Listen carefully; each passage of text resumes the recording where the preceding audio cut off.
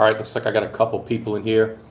Just gonna wait a little while, let some people come in, discuss some of the updates. Quite a few people are here at this point.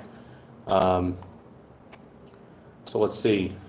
I don't know how to pronounce the Russian guy's name or what looks like Russian writing, but I see him everywhere on Facebook. So hello.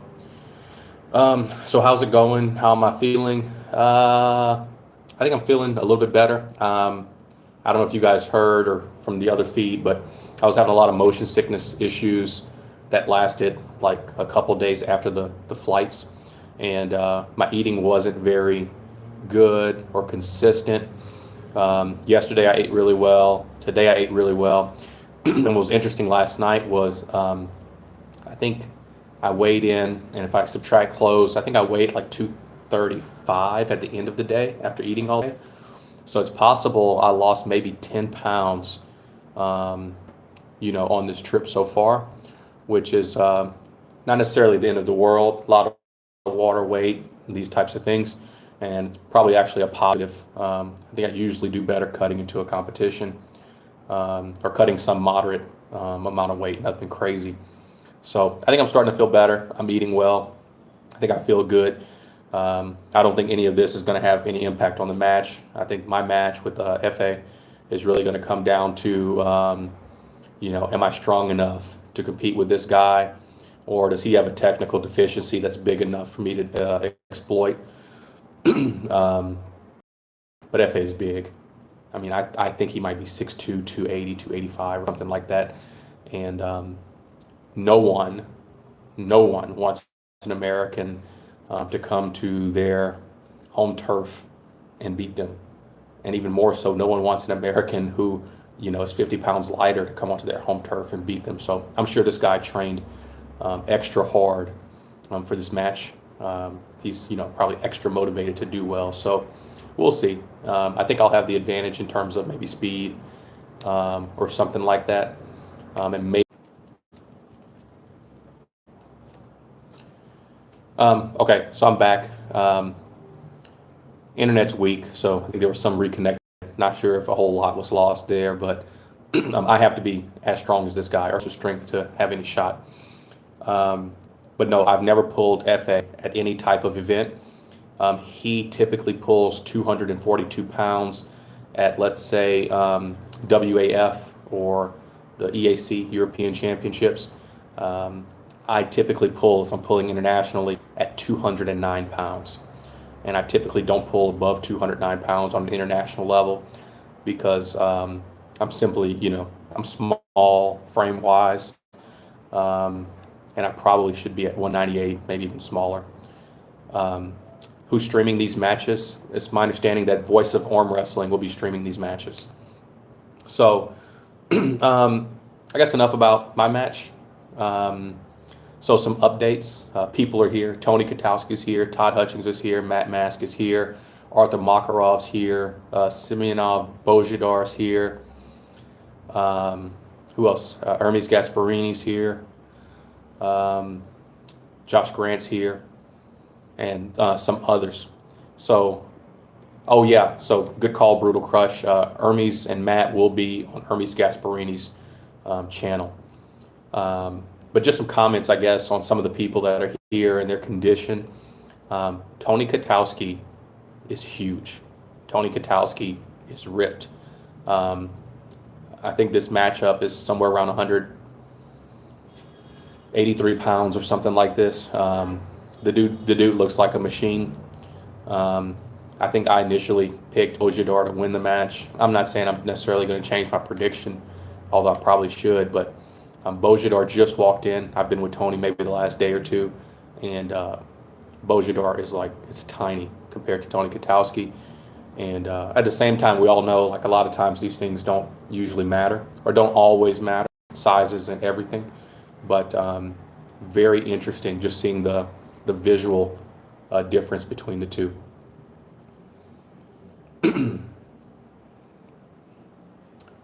Tony has beaten Giannis. According to the commenter. Again, I don't know your name, so I can't really say anything. So he thinks Tony has a chance.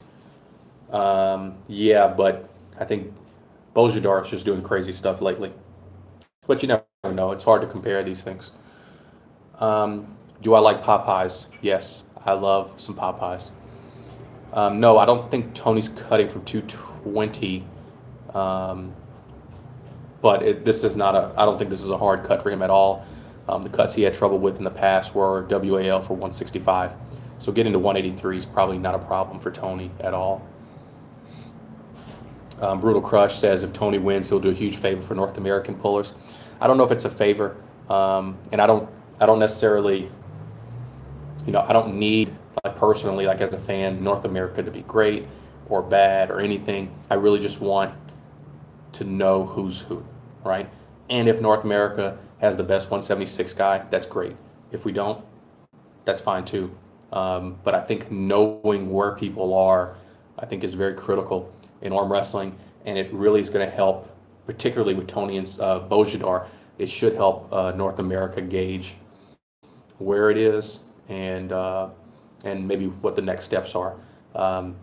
If Tony gets absolutely demolished, um, and Tony is demolishing everybody in North America at 175 or so, it really says that our level is just not there.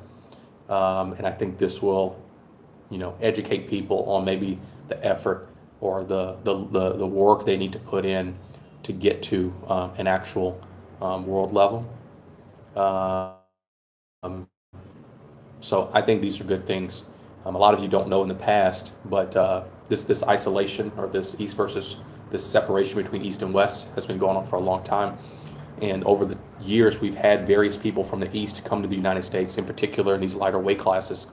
And it really helped, I think, these lighter pullers understand where they were in the grand scheme of things. And I really think it helped them achieve higher levels. Ingen did a tour maybe in the 90s, destroyed everybody, right? Even higher weight class individuals. And I think this was very enlightening to a lot of people. Now, just because Ingen beats you doesn't necessarily mean that you can't compete at a world level. Ingen is, top 3, 4 all-time pound-for-pound arm wrestlers. But I think it definitely does help people. Other individuals came. I think Vosgin came and moved to the United States, and Vosgin is still in the United States. And I think Vosgin is incredibly critical to the history of the United States because at 132, 143, 154, he was giving trouble to a lot of our pullers, even some of our best 198 pound pullers. And again, especially if it's me, I was young at the time, newer to the sport, maybe 2 or 3 years in, I moved to California and I can't do anything with Vosgin and he's 154 pounds. Now I was a new arm wrestler, but this showed me, kind of the level that I needed to achieve to be able to compete with the 200-pound version of Vosgin that is at WAF Worlds, right? So I think anytime the sides interact, I think it's a great thing. Let's see here. Maybe I'm missing some stuff. Do I know whose match is first or the order of the matches? I've seen a list. I didn't memorize it, and I personally don't have it on paper. It's not secret. I just don't have it available. But Hermes and Matt will be first. That is the main event. And I think it's right. Some people say, well, the main event should be last, but the last match may not happen until midnight or 1 in the morning. So then, the main event could be like a punishment. So Matt and Hermes will be first. I know that Ingen Terzi and Arthur Makarov will be second. I think me and F.A. Comac is third. I think Sarah, does Sarah have 2 matches? I think Sarah and her opponent might be fourth. And I know I have the 5th match. I don't know the order after that. Is there a weight category for Tony and Bojidar? I think it's 183 pounds, somewhere around there.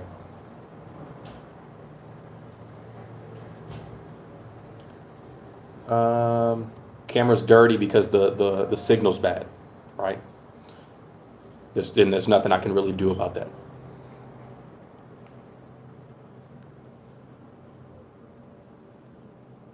Oh, greetings from the Albanian John Brzink. Great, thank you. I needed this.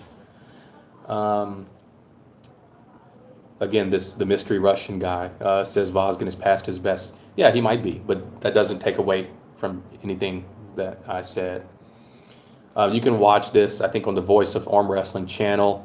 That will be streamed tomorrow, starting at 7 p.m. time. Am I still planning on cutting to 86 kilos for the next Slotty? I don't know if I ever said that was my plan. Um, I think 86 kilos may be tough. I know I can do it, but I don't know if I would actually be relatively as strong as I should be, right? So if I'm super weak from cutting, but I still have to pull monsters in 86 kilos, I would have been better off just being comfortable at 209 pounds or 95 kilos. Because keep in mind that I would be cutting weight, natural. I'd be fighting testosterone issues, suppression, all this other stuff, low hormones. Whereas my opponents would actually be bigger than me and cutting to 86 kilos, and they would be on the gear, meaning they could recover a lot better than I could. So I would just be really in a hole, whereas 209, I can just show up strong.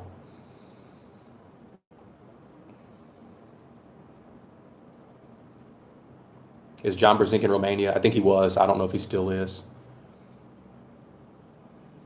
Have I kept up with my training through COVID? Um, yes and no, right? So if you don't know, I had a lot of elbow issues between 2018 and 2019. This was mostly pulling super heavies in North America. So I hurt myself in 2018 pulling Robbie Burnett, who I think has been as high as number 6 in North America at super heavyweight. In 2019, I got messed up pretty bad pulling Paul Passmore, probably still injured from the Paul Passmore match. I'm sorry, I went to Poland after pulling Paul Passmore. I pulled IFA left Thursday. I pulled IFA right Friday. I pulled Zloty Tour left Saturday. I pulled Zloty Tour right Sunday. And I injured myself pulling David the Dickion, who is an absolute monster. And so for the past year and a half, I think I've been in some form of healing, resting, recovery mode. Um, so training here and there, been fighting sort of re-injuries in practice. But I think I'm in decent shape. And the 4 weeks leading up to this match, I think was the hardest that I trained maybe in a couple years. And I put up some decent numbers in the gym that lead me to believe that I'm in okay shape. There's no way I'm fully trained just because this would have been my first training cycle post injury.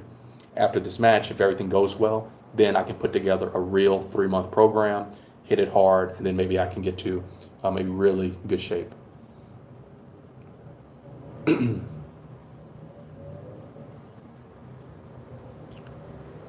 My mustache is too strong, way too strong for me to not dominate FA. Maybe, maybe. What do I mean by hormone issues? No, I'm saying when you're cutting, anytime look, your hormones are always changing, right? Your testosterone is not steady. Like when you wake up in the morning, your testosterone may be one level. When you go to work, it's a different level. When you go to sleep, it's a different level. You know, if your girlfriend breaks up with you, it's a different level. Your hormones, and that's just testosterone. You've got all kinds of hormones in your body. So what I'm saying is that when you are cutting weight, you're eating less food, you are dehydrating yourself, you aren't sleeping well because you're in Poland and you have to cut 10 or 10, 15, 20 pounds, your hormone levels will not be optimized. Now, if you're doing this and you're injecting testosterone and steroids and these kinds of things, that may not matter at all. So that's an advantage. So that's kind of what I'm saying is I don't know if I want to do a really hard cut to 86 kilos when I have to fight and balance hormone issues also, whereas my opponents can make the same cut and not have these problems.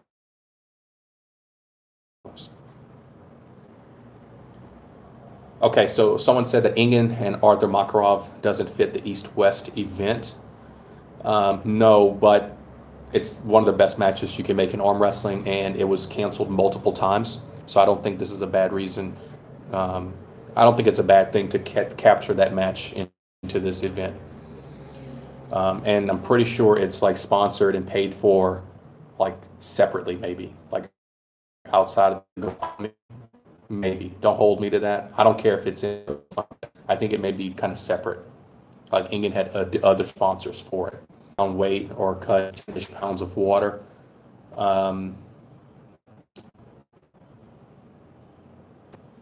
It depends. I think it depends on the person. It depends on the event. Is the tournament in your hometown? Are you traveling across the world? Can you travel across the world and be there a week early?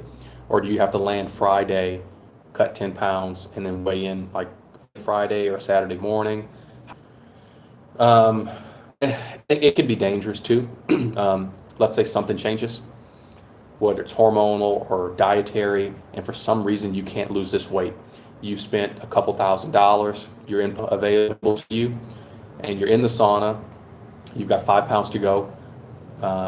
You have until the next day, the water's not coming, and you know that you cannot compete in the heavier weight class, and your whole year of training has been to compete at 209 because that's where you need to be and that's where you think you can do well. Can you quit and pull yourself out of the sauna to prevent killing yourself? Not to go like kind of crazy on you, but that's kind of where it is. So these things are risky, and people do suffer injuries from them. People have died cutting weight for these things. So you have to understand your capabilities to even follow these plans, and then your capabilities to also pull the easy button or the exit button for your own safety. I've known people close to me in arm wrestling that have passed out in a locked bath that they were cutting weight in, like hot water baths and these kinds of things. So now you passed out, and in theory, you may have gotten out of the bathtub. Your blood pressure was a little weird. You get dizzy. You fall. You hit your head on a bathtub, which could kill you. Or let's say you're knocked out, and then no one can come and help you, right? Or it's difficult to come and help you. So, I can't tell you that you should cut 10 pounds of water or not, but it's probably safer not to cut the weight. Let's see here.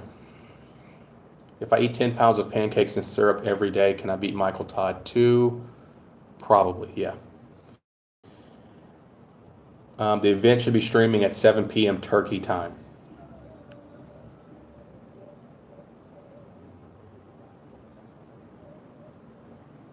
What was the score in my match between Robbie Burnett? My match with Robbie was in an open tournament in the super heavyweight class. Robbie beat me twice that day in the finals. I beat him 0 times. All I left with was like a busted elbow, and my arm did not want to go past this for maybe 30 days. Like my arm was fucked. And the only reason I got it back to whatever this is, which I guess is normal now, which is kind of straight. The only reason that happened was because I had to sit here and massage this arm every day, and I would take weights and hang my arm out to force my arm to go straight. But Robbie's a really great arm wrestler. Okay, so like who else is here? Todd Hutchings is here, and he's a beast as always. That's all people are talking about is just how like thick Todd is built. I'm heavier than Todd, but we're same height. I think my bones are smaller than Todd's. It's just he just has such. He's got to be close to 220 at this point. He's already weighed in. Zoloev is currently stuck in an airport somewhere. I don't know if he's in Russia or Georgia. And so he's not coming until maybe tomorrow morning. So, yeah, that sucks, right? I'm not sure what impact that's going to have on the match at all, but let's see here. Did I see an event where Tom Nelson came back and Luke Kent was also pulling? Yep, I skipped through the video, but I watched the Tom Nelson matches. Nothing surprising. I mean, Tom's always going to beat people at these local tournaments. I'd be good to get Tom at one of these events, against a good 220 or 242 guy.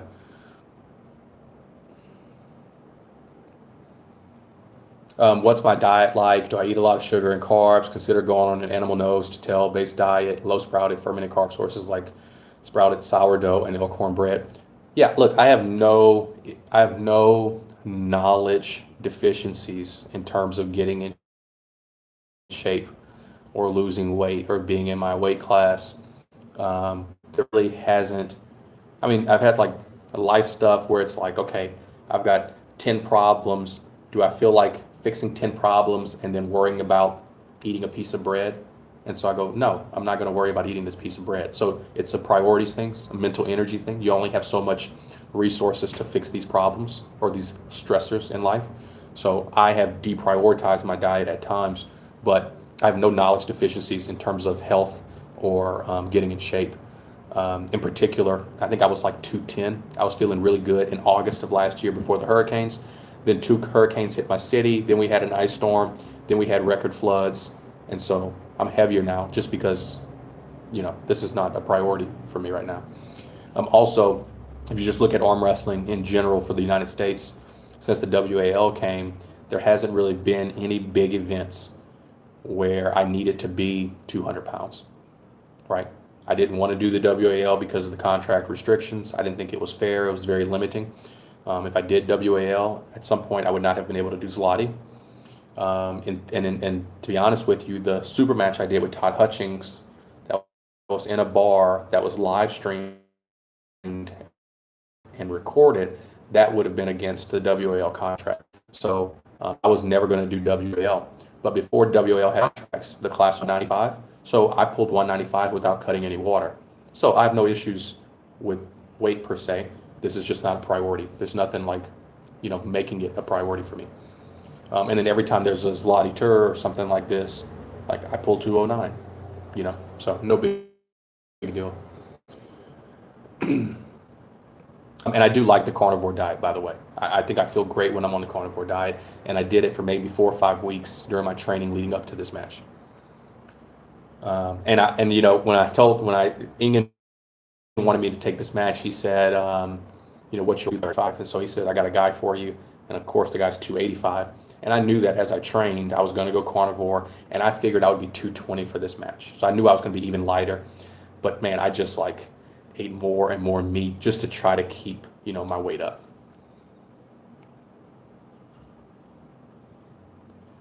I haven't heard much about soccer since I've been here. Ingen mentioned it once, but I don't know. Does Turkey have bars and people watch soccer and go crazy in the street? There's a COVID lockdown. So if this is going to happen in 30 minutes, I think at that point you are not allowed to leave your house if you're a Turkish citizen. So I doubt there's going to be anything crazy in the streets. Okay, so Lucas Messiaen says, me against Ryan Bowen, good matchup or not, right-handed. How would it go, do you think? I don't know.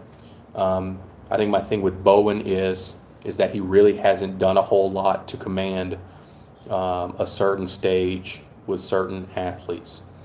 There's nothing when I wanted to pull Todd, it was like, wow, Todd's world champion and he's beating all these guys, and I think I'm ready. Let me try to pull Todd. Or Rob Vigent has done all these things. Maybe let's see if I can pull Rob or something like this. But Ryan, his best wins are maybe against the Milkman, who's never left Australia, and I think Alan Guerra, who's a good arm wrestler from Mexico, who's not currently ranked top 20 in North America.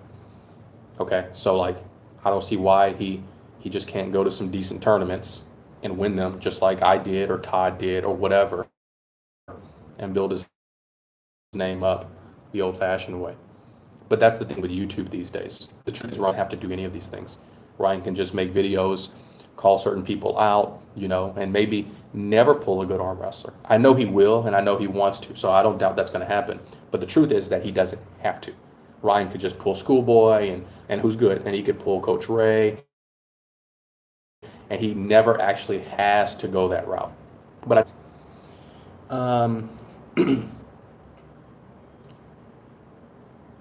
let's see. Dairy is a good way to keep your weight up. If you have lactose issues, you can eat Greek yogurt. Yeah, I don't need to keep my weight up. That's yeah, I have no issues losing weight or gaining weight whatsoever. Yeah, Bowen totally used John and Devin to add to his credibility, and everyone fell for it. Let's see. So who else? Okay, so Matt Mask and I think and Hermes Gasparini. I haven't seen Hermes, but I have seen Matt Mask, and I don't know if you guys heard me joke about the Mississippi massacre, right, where Matt Mask was murdered. But Matt went to Mississippi, right? He lost to Paul Passmore. He lost to Wayne Withers. And he didn't show up in shape. And I asked Matt about it this weekend, and he underestimated those guys and blah blah blah.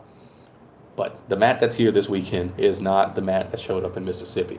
Um, he's huge, like it's stupid. And again, these things don't always matter, especially when you're talking about super elite arm wrestlers. I don't think Hermes is going to care that Matt Mask is big, and I don't think Matt Mask is going to care that Hermes is big, you know. But it's just kind of interesting to see how big Matt is. I think this is the heaviest he's ever been. I think that's what he said, and I think Hermes is going to come in bigger than ever. But what's interesting is that you always hear Devin say that Matt has personal issues and stuff going on, and I've kind of had my own, I guess, as distractions, but I don't think that's going to be an issue this time. So I think you're going to get a focused Matt, and I think you're going to get a heavy Matt, and we'll see. The only thing I'm kind of curious about is like the rules, and it's not because Hermes will know WAF rules and Matt won't. I'm just curious how the refs are going to judge things, right? Ticky-tack fouls, false starts, doing the setup, right? I'm just curious, will they let people, because there's different things, right? So you can start with a bent wrist, right? And then you can start with a flat wrist, but a carve, right? I don't know if that's technically illegal as long as your wrist is straight. And if you watch a lot of WAF events, people can kind of get a good angle in as long as their wrist is flat. So that'll be interesting. Let's see here. How do I think a match between me and Paul Lynn would go? I don't know. Paul looks really good every time I watch him, except for a match he had maybe 2 weeks ago. Him and Paul Talbot went to some local tournament. And hey, so I don't know if you guys remember. Do you guys remember the Dallas event, the ROTN thing, where we did the King of the Table, and I let Jonathan Brita beat me because he was going to beat me anyway. I don't know if you guys remember that, but people said that basically, I was the Antichrist because I laid down to Jonathan Brita. Jonathan Brita is my teammate, and he's a guy that has literally injured me in practice, right? So if we look at 2019 and 2020, I've had some left arm injuries also. That guy, I was re-injured. Like, he delayed my progress just pulling him in practice. So there was no reason in pulling him in a tournament to have him really try to pin me. So what you guys may not know is that teammates never pull each other.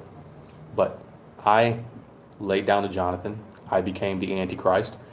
And at this local tournament, Paul Talbot and Paul Lynn did not pull each other. They laid down to each other. But no one said Paul Lynn was the Antichrist, right? So just, that was interesting. And I don't mind people, having hate or disagreements or saying these things. I like consistency, right? So if you say like I'm the like I'm a biggest piece of shit, and then someone else does it, well, they should be the biggest piece of shit too. So just be consistent. But Paul actually lost to Brandon Elsesser, and he's an okay arm wrestler. I thought that was interesting. And not a knock on Brandon, but if Paul loses to Elsesser, then I don't know if Paul and I would have a good match, right? But again, that wasn't WAL.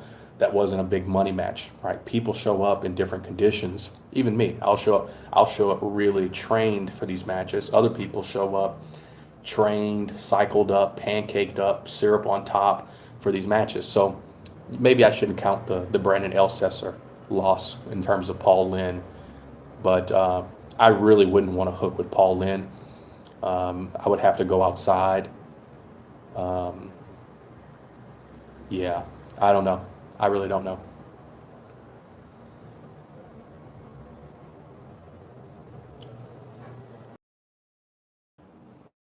But Matt's low-handing people. And he's going, over. There is high pressure component to that, and Matt did well against Jerry Cataret, and I did not rewatch that match, but just talking to Matt, he reminded me about that match. And I think if Matt had no side pressure, I think he would simply just lose to Jerry. But I think he actually got a win on him and made things tough. So I think it's not really fair to say he has no side pressure. He has no side pressure like this, maybe, like Todd Hutchings, but there's different kinds of side pressure.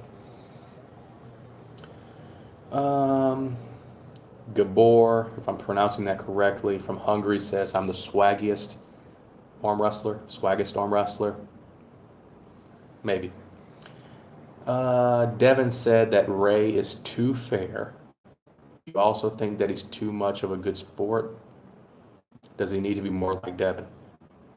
I don't know. People have told me the same thing every time. I go to the table, I close my hand, and I'm ready to pull. Right? I don't do a whole lot of stuff in the setup. Unfortunately, people take advantage of that. I pull Wayne Withers all the time, and I just feel like, dude, give me a break. So, unfortunately, I think that's what it's going to come down to, is that people like Ray and myself will just have to, play ball because the referees are probably incapable of controlling that part of the sport. So, I don't like to do that, but I think that's just what it's going to have to be. Lucas says, do you try to go into a certain mindset before an important match or tournament? Do you try to hype yourself up?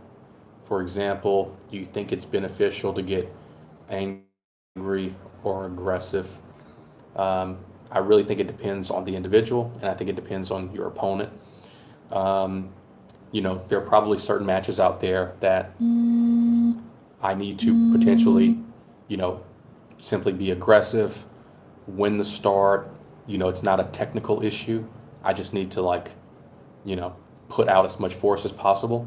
Those are probably good matches to, hype yourself up, energize yourself, get pumped up for. There are matches that will not necessarily be easy. They won't be flash pins. They're going to be technical wars. And they could be technical in the setup. They could be technical when the match stops. For instance, like if I pulled Todd again, and I'm not ready at all. But let's say I was ready and maybe it was kind of close. The first time I pulled him, I had a good row. I really didn't attack him sideways. But let's say I do the same thing. I row him back. I get his hand, right? I need to be focusing on climbing and transitioning, right? And if I'm too amped up, I won't have the patience to make those slow moves, right? I may freak out, I may move too quickly, and I might miss an opportunity. So I think you have to balance these things. And I think you'll notice that a lot with my answers. There's not never, but it's things aren't always black and white. It depends, right? That's usually the answer for things. If Matt had good side pressure, he would beat Toddzilla. No, I mean that's not the case. Todd has excellent side pressure, so good side pressure won't necessarily win. And then there's also technical things, like Matt rolling Todd and over rotating actually decreases his leverage on Todd, and it actually decreases the side pressure that Matt can even exert on Todd, right? Like I can put side pressure like this, I can put side pressure like this. It is very hard if I top roll somebody to put side pressure this way. So that's a technique thing.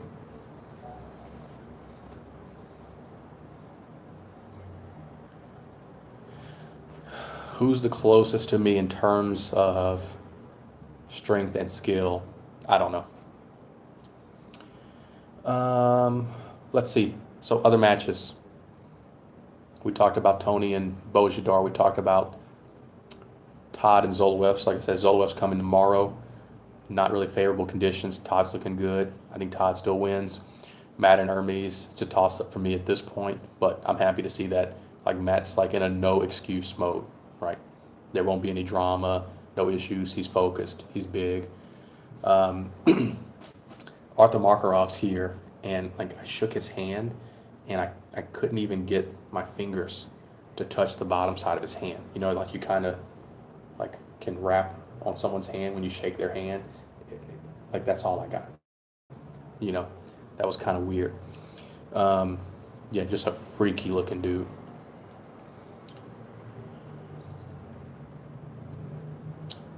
Zane Lewis, Cobra has 10 wins and 1 loss against Ingen. Not sure. Yeah, maybe, but I'm not sure with that. what does that have to do with anything? Keep in mind that Cobra is one of the greatest arm wrestlers of all time, and I think when most of those 10, wait, I think Cobra's lost to England 3 or 4 times maybe, because I think England pulled him a couple times in the United States, especially at the Harley pools.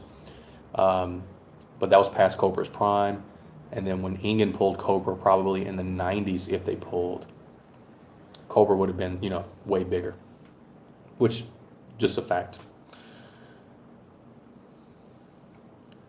Herman, talk about how Devin stopped Michael Todd's press dead center. Quite impressive, in my opinion. I don't know, man. I'm like, I don't think I'm that impressed at all. I don't know if I have. Let me compose myself a little bit because I'm kind of triggered by the Michael and Devin situation. Have you seen Michael pull a match where he's fresh and the other guy is fresh, and Michael did something other than his King's Move top roll, and it worked? Like, again, two fresh people and Michael hook him, and it looked good. Two fresh people and Michael pressed, and it looked good.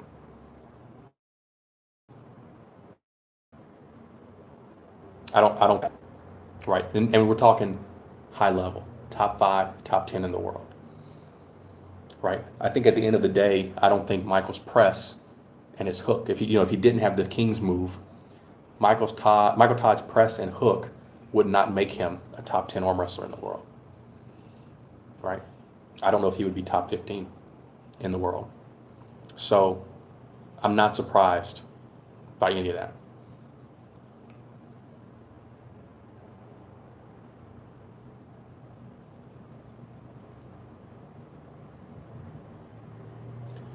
Look, man, Matt may have good side pressure. Todd has excellent side pressure. There's a difference.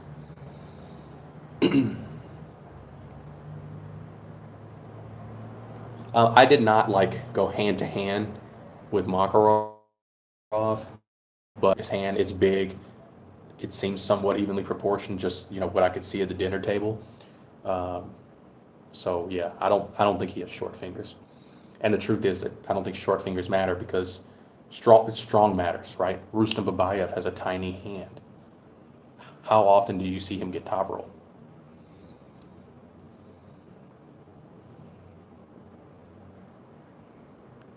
Would I rather arm wrestle someone stronger than me or someone more skilled but weaker? I think I'm always arm wrestling people stronger than me. It would be interesting to pull someone more skilled but weaker. Those are probably more interesting, and that doesn't happen a lot. Okay, what else am I missing? Josh Grant, the other match, nothing really changed there. Um, the Sarah match doesn't change there. I haven't seen Ezra or any of these others. Am I missing any of the main matches? Who would have beaten Dennis when he faced Devin? Or that version of him was unbeatable. We've been talking about this all weekend. Me, Ingen, I don't know if Ray was there, never lost a match that did not have something, some type of context, right? I think I remember him losing a match to Rustam. No, that was a war. But he's lost a match here and there to Pushkar left-handed, but it was only because there was some kind of war somewhere else, right? He has never lost a match left-handed where both guys were fresh, right? That is about as unbeatable as it comes. Right-handed, I think the only match we thought that maybe he lost fresh was maybe Dave Chafee. Maybe Pushkar got one in there. And, Michael got a win on him at Arnold's, but he never lost any of those tournaments. So I think Dennis is about as close to unbeatable, as it comes. Not that, this version of Devin, could Devin find, like a way to beat him? Like over 6 rounds, could Devin maybe crack his hand and make it a match? Yeah, maybe.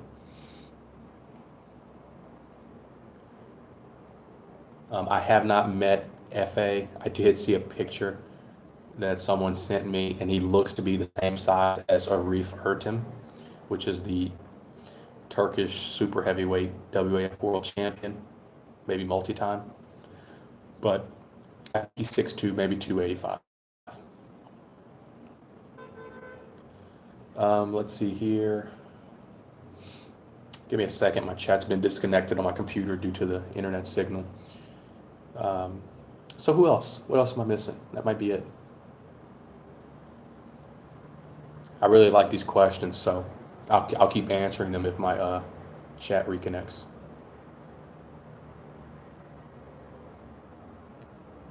Okay, well, I guess they're still coming in through the phone. So let's see here. Do I do something special for recovery? Let's say my elbow feels sore because I had to have heavy practice pull the day before, or just a standard light rep, high rep cupping stuff. Generally speaking, I think you should be trying to eat as low inflammation or low inflammatory as possible, right? Cut out the sugars, cut out the dirty carbs to an extent, and then I'm having issues in the last couple years. I think you really need to consider that you may have some dietary issues or things that irritate you, right? There are things that probably a lot of us are eating that is causing a low level of inflammation that we just don't know. So I think potatoes, tomatoes, and peppers were kind of doing a number on me, and cutting those out. I remember in 2020, like I dropped 10 pounds like this. I rep stuff. And then another thing we discussed this week was injury prevention. And I told someone, I said you should be doing the opposite of arm wrestling for general health. We do all the time. So you should be doing reverse curls. You should be doing extensors. So you get those rubber bands and you work on your extensors. And, if you are always pronating because you're a top roller, you should do some supination. If you're always doing internal rotation, you should do some external rotation. Your front delts are going to be worked a lot, so you should be doing some rear delt work. So do the opposite of things. Ingen had a counter argument to this, and it was if you're new, maybe you shouldn't worry about that so much, so you could learn how to actually arm wrestle. But over time, you're going to have to do the opposite of these things. And I do like high rep stuff. I think Dennis is left-handed.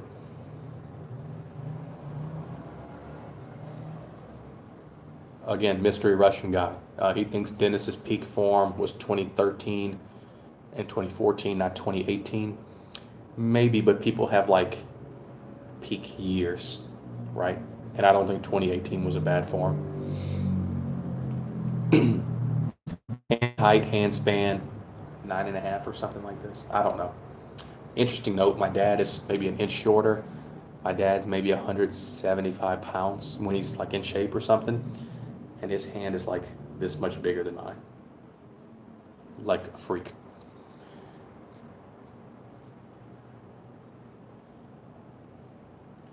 What separates me? This is John Infante.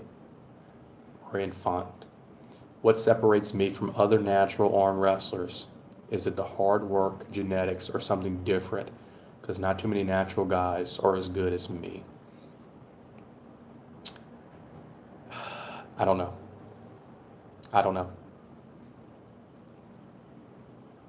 Yeah, I never really considered myself like especially genetically gifted or anything. Um, but I'm pretty sharp. I can build plans. I can stick to plans.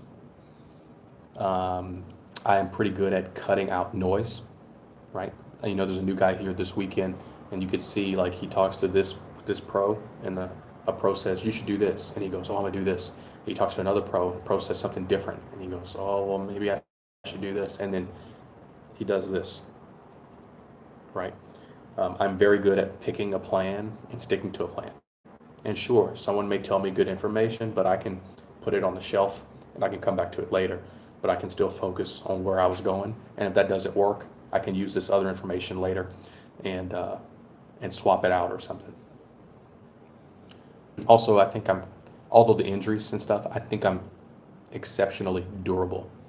You know, The injuries came because I'm pulling super heavy weights that are on steroids, and then also like 4 days in a row in Poland. I really shouldn't have. I really shouldn't have done that.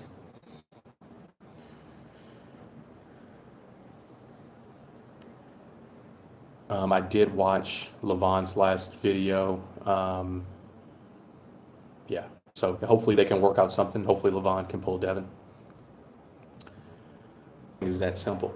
If you have a short arm, big hand, but you have like a poor central nervous system, you have slow twitch muscle fibers where your tendons and things connect in here give you poor leverage, you won't be a strong person. You'll just be a weak person that has a short arm and a big hand. So, no, they're both generally smart. I want to be the short and big hand guy.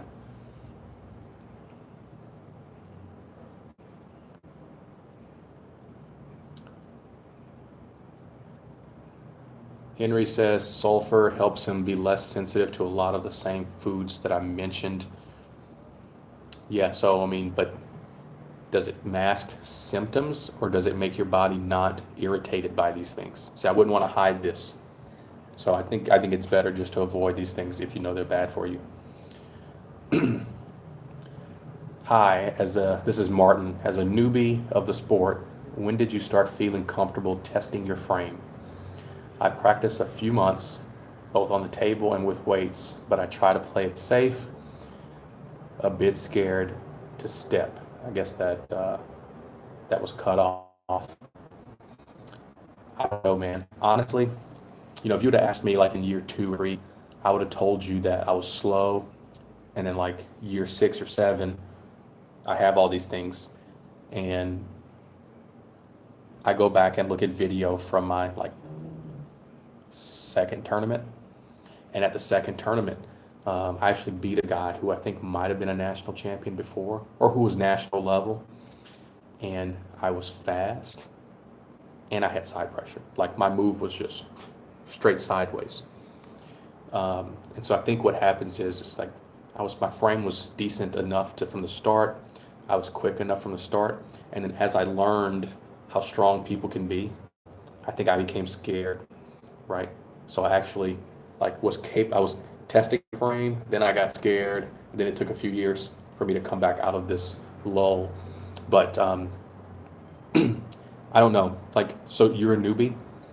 What do you mean testing your frame? Like getting in these deep hook positions, putting your shoulder into the match. I think if you have a decent coach, and maybe if you have good self-control and good planning yourself, I think you can start building yourself up to this. So for instance, I think year 3 or 4, I said I need to use more side pressure. I want to start committing my shoulder when I go into the hook. And, I started using bands, right? So I started pulling this way, which is, I guess, kind of testing frame and stuff. But I kept it light.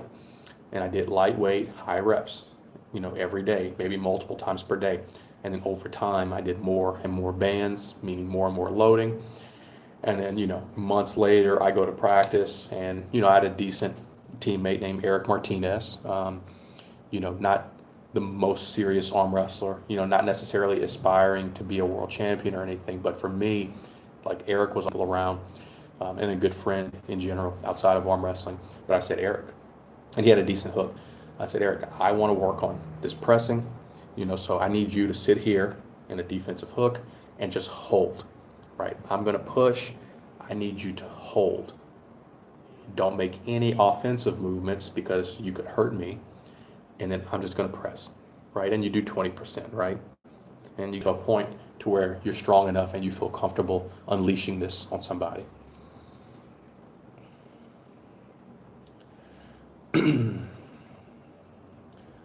U.S. frame. I'm older, just finished 6 months, no peppers or tomatoes, and notice no change in joint tendon inflammation tendencies.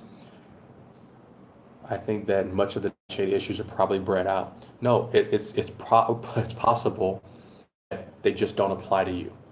I don't know if maybe someone is out there saying that nightshades are bad for everybody, right?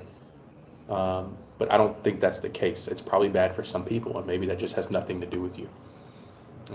But I don't think you're going to completely eliminate inflammation because your body's getting fucked. If you're new to arm wrestling. But I would definitely look at sugars if you haven't gone that route yet. Me versus RVJ. Honestly, I'm not even ready. I'm not even thinking about it. I really wasn't even thinking about this match with F.A. Comac. The only reason I did it, so I was helping Ingen raise money, and Ingen said, "You should have a match. I want to see you pull." That's the only reason I'm doing this. Didn't want it, but glad I took it.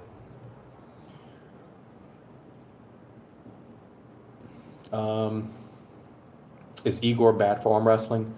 He didn't want Dennis to face Devin right-handed. He didn't want Michael Todd to face Levon. And he trashes Devin after Devin beats Michael Todd. I don't think he's bad for arm wrestling. I just think he's probably not helping himself at the moment. Truly great for the sport.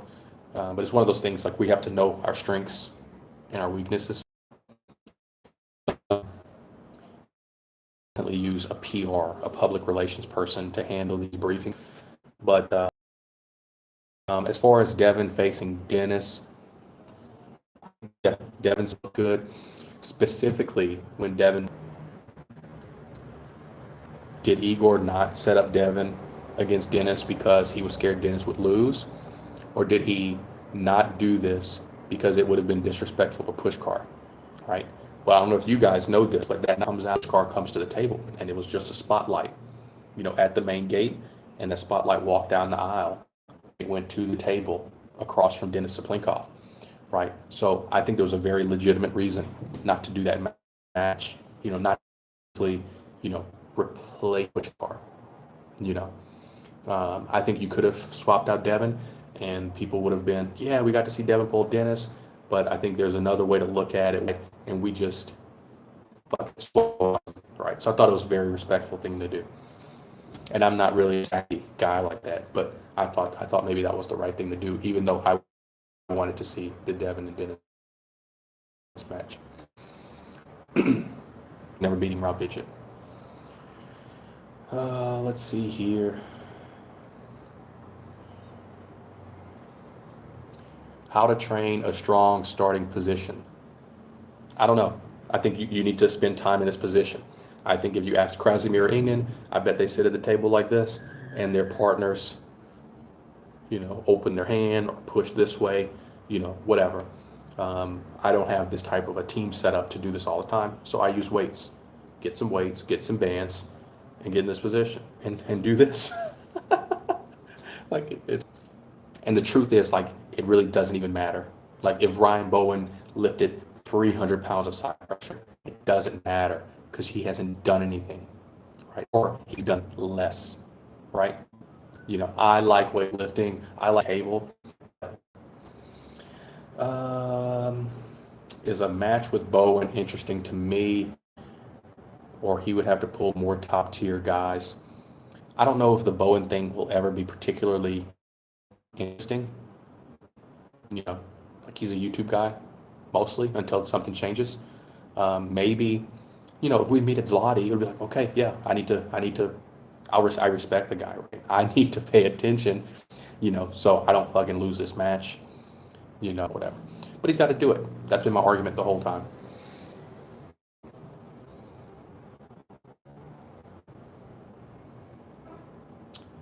Henry says, I feel best eating nothing but steak, but the sulfur gives me a boost on top of that. Okay. Did I remove any other anti-nutrient foods like bread and some greens? Yeah, I think I'm sold on the carnivore diet. I was carnivore, and I mentioned it earlier.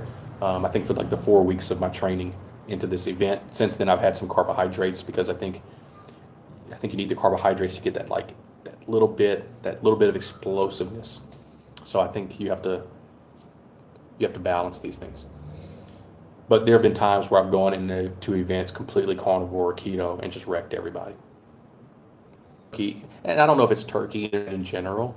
Right? Like the United States, you can go to a hotel, if they paid for a lower tier of internet service, they just chose not to pay for it. I don't know.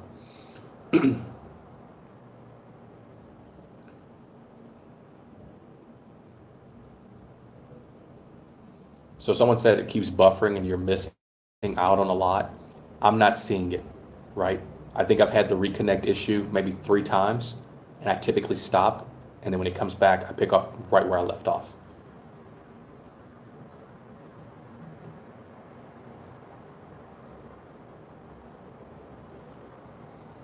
John Infante. I really hate the idea of like mispronouncing people's names, even in foreign languages. So, um, what is my motivation and what is the end goal in arm wrestling? I think initially I decided early on my goal is to be the best that I can be, right? I don't think I ever said I need to be the world champion or any of this other stuff. And I'm not saying that this is ideal or optimal. That's just what I chose. Um, Early on, I said, I was pulling in Louisiana. I met Ray Hendricks. I met Craig Touye. And I said, mostly with Craig, I was like, wow, this guy's a top 10 arm wrestler in the country. And I said, there's no way I'll ever be able to beat Craig Touye. And I said, there's no way I'll ever be able to be top 10 in the country, especially without steroids, right? And I don't think it's like negativity or anything. I'm just like an incredibly like rational person. I'm not a dreamer. Like someone like Bowen is a dreamer, and I think that's kind of where some of the clash happens. But dreamers do big things, right? Um, Even though to me they're kind of weird because I'm just like a very rational, logical type person. I calculate, and and sure enough, I mean, I've been top 10 in North America without steroids. I've beaten Craig Touye without steroids. Um, you know, I've had some times with Todd Hutchings, without steroids. I've beaten Rob Vigian without steroids. He's beaten me also. Um, I have a medal at the Zloty Tour without steroids. Um, so to me, this is pretty awesome. I don't think I can complain about anything. Like if I quit today, I think I could like say I did a good job. But all of this came from me simply saying I'm going to be the best guy that I can be. And of course, all the time you can't train like you want, and life happens. But um, yeah, that's kind of been my motivation, and I don't think that's changed at all. And like being the best that guy that I can be, maybe going to Zloty every year, and you know, for the next 10 years I get 2 medals, and every year I don't get anything, and every the other 8 years I don't get anything. But I trained hard, I pulled the world's best, and you win some and you lose some. I'd be happy as long as I'm the best that I could be, or I'm working towards being the best that I can be.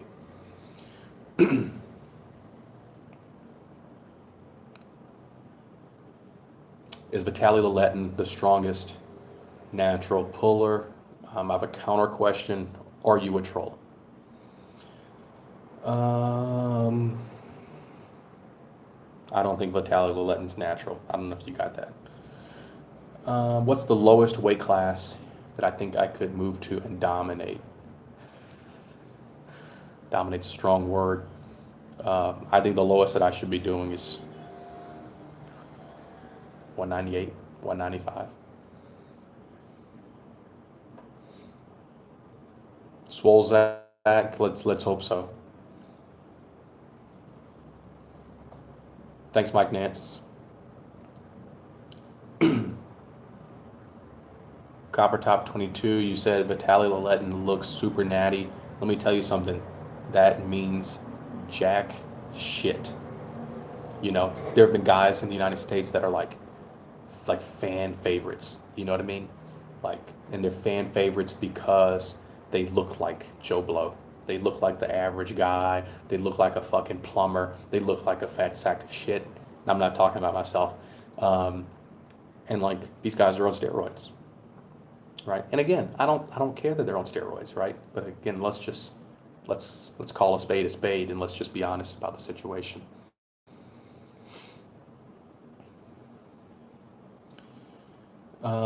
I am probably 5 feet 10 inches tall.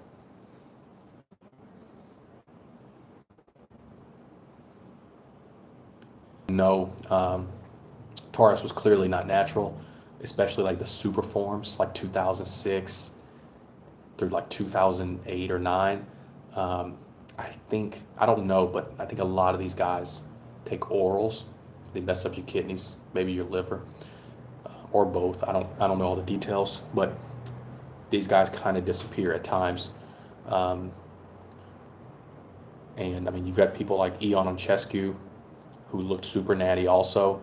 And I think a large part of the reason why Ion is not competing is because he had some health problems. So I don't think you can say that these guys would still be around. They go so hard. You know, I was watching Blade Runner the other day, right? The light that shines twice as bright, you know, burns twice as fast or something. Yeah, you can't last like that. And Dennis, like prime example, right? Dennis.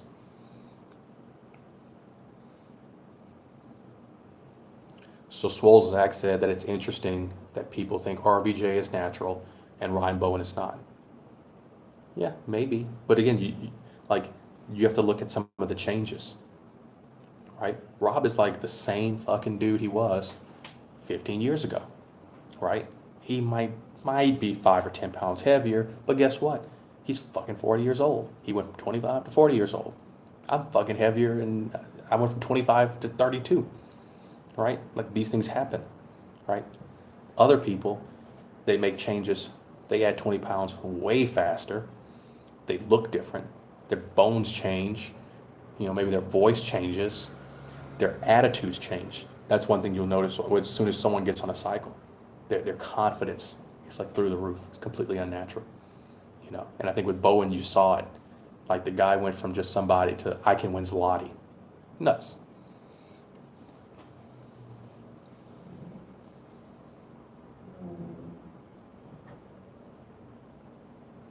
Who do I think is the strongest natural arm wrestler? I don't know. I'd assume he's got to be a heavier guy, you know, someone in the 220, 242 or super heavyweight, large structure. But I don't know. And it's probably someone that, look, we just don't know. Period.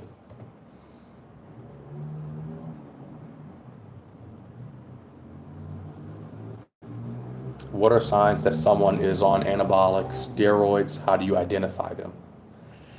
You know, you can Google that and it'll tell you, oh, you know, redness, like red skin, you know,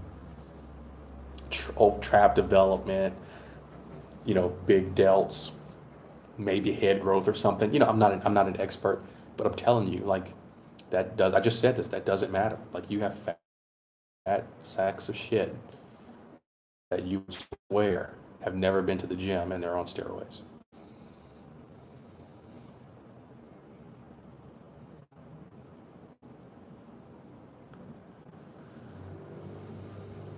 Copper top size doesn't matter. There are people that are 132 pounds that are on steroids. Bayou state of mind, is arm wrestling still a good thing? And I guess I'll say probably not in Livingston Parish. Okay, mystery Russian guy.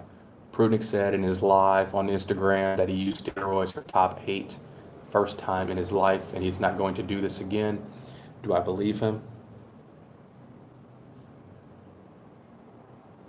I don't know. Some people are special though, so it's possible that that was the first time. He could just be like Rob Vidgen. Some people have to be freaks. The problem is that we throw this freak term, pro arm wrestler. Yeah, no. Let's see here. European titles.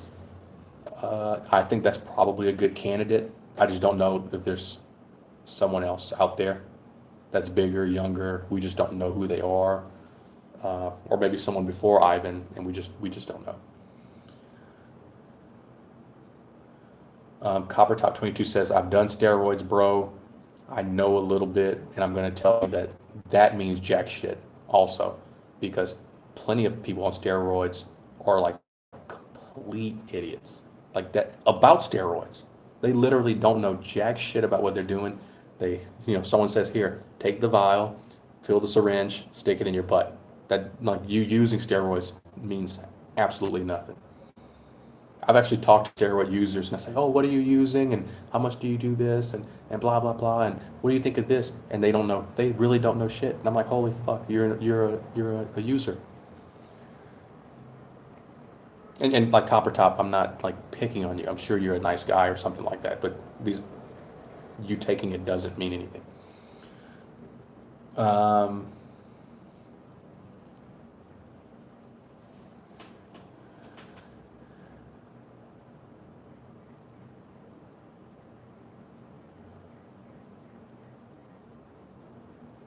the Press 88, in your opinion, what is more exciting? Tournament arm wrestling or a big super match? To me, when Dave beat Dennis at Slotty was one of the most exciting moments in arm wrestling. I agree with you on the Dave and Dennis thing, but I think what made it exciting was that you had this Eastern, like Russian juggernaut, right, that can't lose against this Western juggernaut that seemingly can't lose at the time. You know, of course, maybe to Michael Todd or whatever, but you had these two monsters on each side of the world. Anytime, and especially like America versus Russia, that is like prime time, right? That's what made that match so epic. It was the America Russia thing. It was the fact that you could hear like the crowd gasping, right, or the crowd like erupting as this was happening because everyone was so shocked. That's what makes those matches. That's why I'm here in Turkey. You know, that's why I wanted to help England put this stuff on. These are the best matches, right? Again, the top two North American guys, which we saw a few weeks ago. I don't think those are the best matches. And then like tournaments versus super matches, again, either one is fine as long as you have that East versus West. And I think super matches might be the way to go, but you still need the tournaments to figure out who needs to be in a super match, right? If you don't have the tournaments, then who's the best to put in a super match? You go, oh, well, Ryan Bowen. No, you need to have tournaments. And if Ryan Bowens wins a couple tournaments, then you go, well, Ryan Bowen should pull Rob Vidya.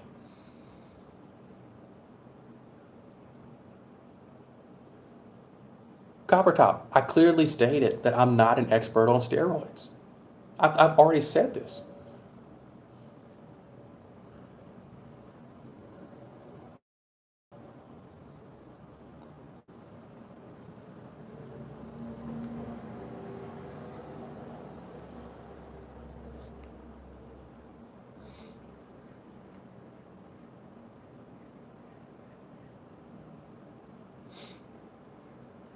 T12J7, can someone tell me the matches where you can watch the matches taking place right now in Europa, the Matt Mask and stuff?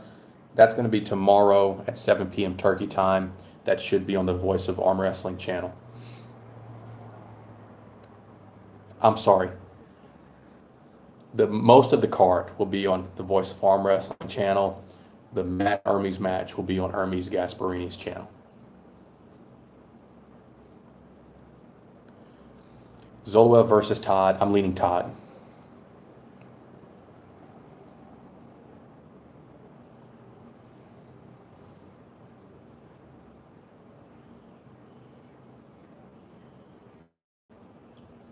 Okay, guys, any more questions? If not, I'm going to go ahead and sign off and probably go to sleep.